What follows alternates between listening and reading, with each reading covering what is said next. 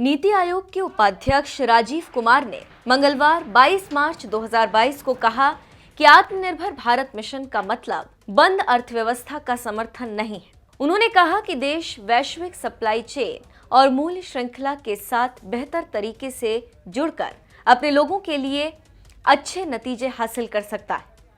उन्होंने हाल में घोषित उत्पादन आधारित प्रोत्साहन योजनाओं के तहत जापानी निवेशकों को देश में कंपनियां स्थापित करने के लिए आमंत्रित करते हुए कहा कि भारत वैश्विक प्रवाह और क्षेत्रीय नेटवर्क के साथ अधिक से अधिक एकीकरण को लेकर प्रतिबद्ध है। राजीव कुमार ने भारत और जापान में कोरोना के लिए नीतिगत कदम और आने वाले समय में आर्थिक सहयोग की संभावनाएं विषय पर आयोजित कार्यशाला यानी सेमिनार में कहा, हम चाहेंगे कि जापानी कंपनियां यहां आए और पीएलआई योजना के तहत भारत को दुनिया के अन्य देशों के लिए निर्यात क्षेत्र बनाएं।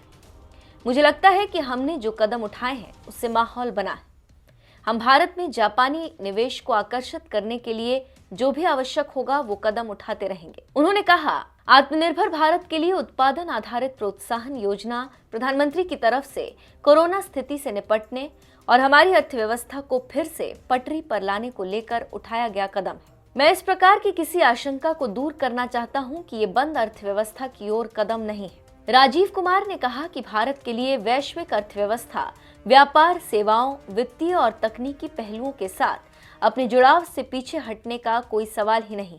उन्होंने कहा, हम इस बात से पूरी तरह सहमत हैं कि आने वाले समय में देश वैश्विक सप्लाई चेन और मूल्य श्रृंखला के साथ बेहतर जुड़ाव से ही अपने लोगों के लिए अच्छा परिणाम प्राप्त कर सकता है। उन्होंने कहा कि जापान भारतीय अर्थव्यवस्था के हर पहलू में योगदान कर सकता है और वैश्विक मांग का लाभ उठाकर निर्यात बढ़ाने में मदद कर सकता है, साथ ही वैश्विक व्यापार में उच्च हिस्सेदारी हासिल कर सकता है।